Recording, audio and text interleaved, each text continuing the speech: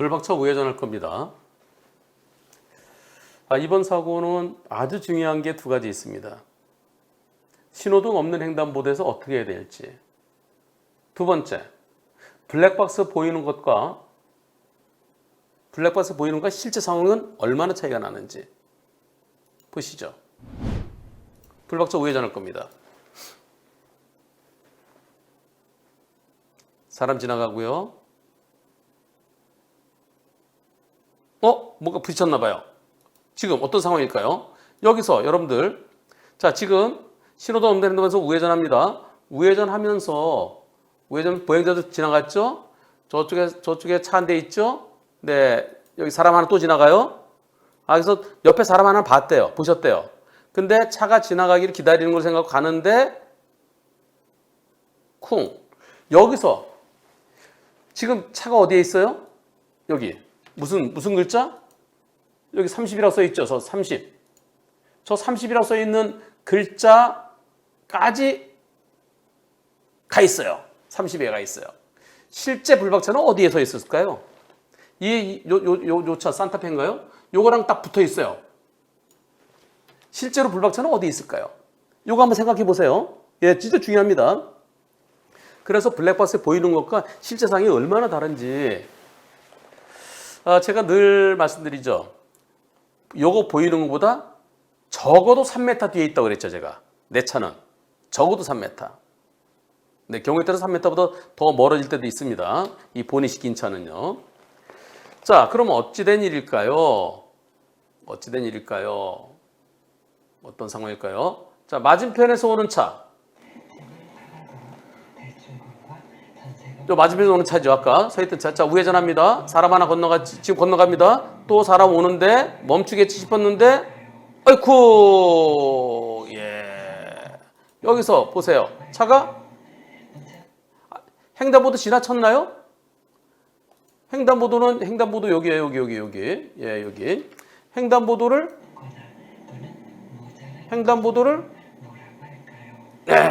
횡단보도 끝에 있죠.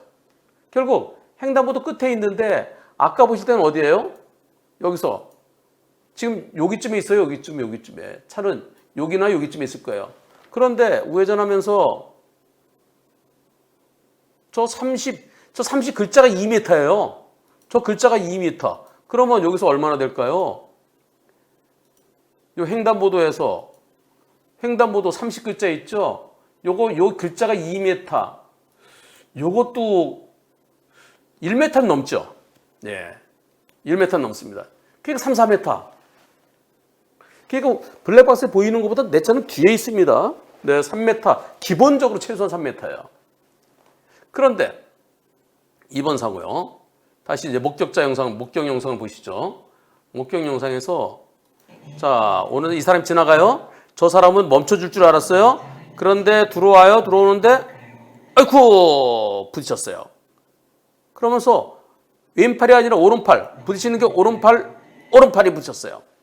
요 상황에 대해서 여쭙겠습니다. 그저께 저녁 때 있었던 일인데요. 신호 없는 우회전. 산타페 차량과 보행자를 주의하고 멈췄습니다. 좁은 골목입니다. 보행자를 보내고 서행하면서 산타페 차량하고 서로 이제 교영할 수 있도록 서로 조심해서 지나가고 있었습니다. 보행자는 제 차를 보내려고 멈추는 걸로 생각했어요. 네, 그러니까 요 보행자, 내 차를 보고 멈추나 보다 싶었는데 그 순간 보행자가 조수석 부분을 쳤습니다. 왼쪽 백미러가 접혔어요. 놀라서 정차하고 괜찮으시냐고 묻자마자 왜 운전을 그렇게 하냐? 보험 좀 세달라고 요구합니다. 앞 차량에서 산타페 측에서 블랙박스를 이렇게 제공해 줬어요. 그래서 어떻게 사고 났는지 지금 이분은 내가 부딪힌 게 그 사람이 와서 날 때렸다 이렇게 얘기하시는 거예요. 예. 그러면서 조수석 부분을 쳤습니다. 바로 경찰에 신고했고요. 그 다음에 보험사를 불렀습니다. 제 차량에는 부딪히는 장면이 없지만 목격자 차량에는 보행자 차량을 보고 조수석까지 와서 왼팔이 아닌 오른팔로 백매를 치는 장면이 나옵니다. 제가 범퍼나 바퀴로 보행자를 부딪혔다 그러면 그럼 처벌은 당연하죠. 경찰도 CCTV를 가려야 한다고 알려줬습니다. 보행자 우선이지만 억울한 상황이 나올까 봐 두려워서 그렇습니다. 대응은 어떻게 해야 될까요? 여러분들 어떻게 생각하십니까? 보행자가 차를 때렸으니까 자동차가 보행자를 부딪혔습니까? 투표 시작. 보행자가 차를 때렸다는 의견이 더 많아지는 것 같습니다. 68%는 보행자 차를 때렸다. 32%는 자동차가 보행자를 부딪혔다. 조금 더 보죠. 일시정지 못한 부분은 제 잘못이라 생각합니다. 출동한 경찰도 접수하면 딱지 및 벌점이 나온다 그러는데 혹시 몰라서 또 다른 아는 경찰관은 당신 횡단보도 사고야. 당신 처벌받아야 돼. 그럼 어떻게 되나요? 처음에 출동한 사람은 그냥 범칙금 벌점이라고 그랬는데 다른 아는 경찰관은 횡단보도 보행자 보호 의무 위반으로 처벌받을 거라고 그러는데 경찰이 잘못 알려준 건지 제가 보행자 쳤으면 억울하진 않겠지만 보행자가 저를 때렸습니다. 답답합니다. 이거요. 자, 여기서요. 앞바퀴하고 뒷바퀴하고를 구분해 보세요. 앞바퀴는 크게 돌아오죠? 저 보행자가 저기에 차를 보고 멈췄는데 뒷바퀴가 때리는 뒷바퀴가 좁게 돌잖아요. 아니 우리 이렇게 돌 때 여기서요. 여기서 우회전할 때 앞바퀴는 이렇게 나가더라도 뒷바퀴 여기 걸리잖아요. 오로지 바짝 붙으면은. 그래서 앞바퀴는 빠졌는데 뒷부분이 그 사람 이렇게 오니까 이리 된 거잖아요. 그렇게 보이는데요. 제가 볼 때는 그냥 때린 게 아니라. 여러분들 어떻게 생각하세요? 아니 여기서 보행자가요. 보행자는 여기에서 차가 들어오니까 네 그래 여기서요. 그런데 지금 아니 앞바퀴 나가는데 뒷부분으로 좁게 돌면서 이런 걸 내륜차라고 그러죠. 내륜. 네, 안쪽으로 도는 바퀴. 앞바퀴와 뒷바퀴의 차이. 다시 한번 투표해 보겠습니다. 자, 보행자가 가만히 있다 지나간 차를 때린 건가요? 자동차가 보행자를 부딪힌 건가요? 이렇게 뭐가 오니까 이렇게 방어하면서 그럴 수 있는 거죠. 다시 투표 시작. 네.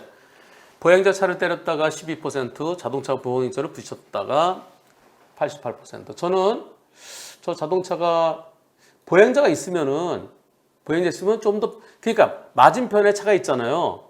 맞은편에 조차가 있으니까 조차한테 편하게 해주려고 오른쪽으로 이제 붙어서 돌다 보니까 이런 일이 생긴 것 같아요. CCB를 가려봐야 된다. 그래서 저건 자동차에 잘못이 없다라고 나올까요? 아니면 벌점과 범칙금으로 끝날까요? 아니면은 횡단보도 사고로서 형사처벌 대상까지 될까요? 저는 여기까지만 설명드리겠습니다. 저거 경찰에서는 횡단보도 사고 아니라고 처리할 수도 있겠지만 이 사건이 법원까지 가면 유죄일까요? 무죄일까요? 건너고 있는 뿐만 아니라 건너려는 보행자에 대해서도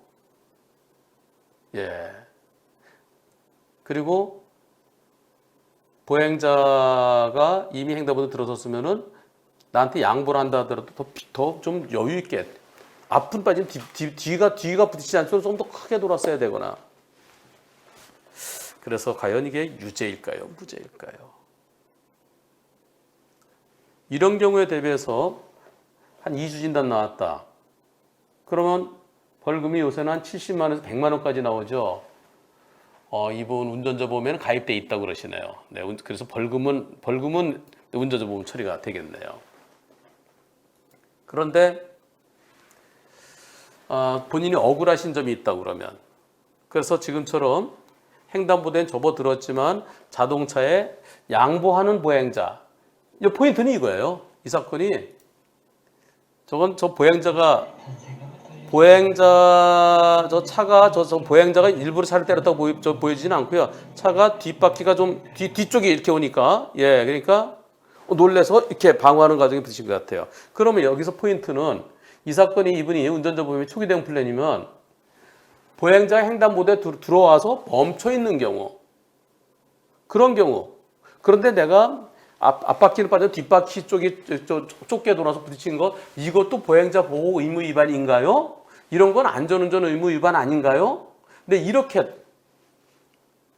그게 포인트입니다. 그래서 경찰에서 횡단보도 사고 보행자 보호 의무 위반으로 처리하겠다고 그런다 그러면 초기 대응 플랜이라면 변호사 선임해서 초기 대응 플랜은 경찰 사망사고 그다음에 중대법규 위반은 변호사님이 경찰 단계부터 대주잖아요. 그러면 지금 제가 말씀드리고 그걸 주장해 달라고 그러십시오.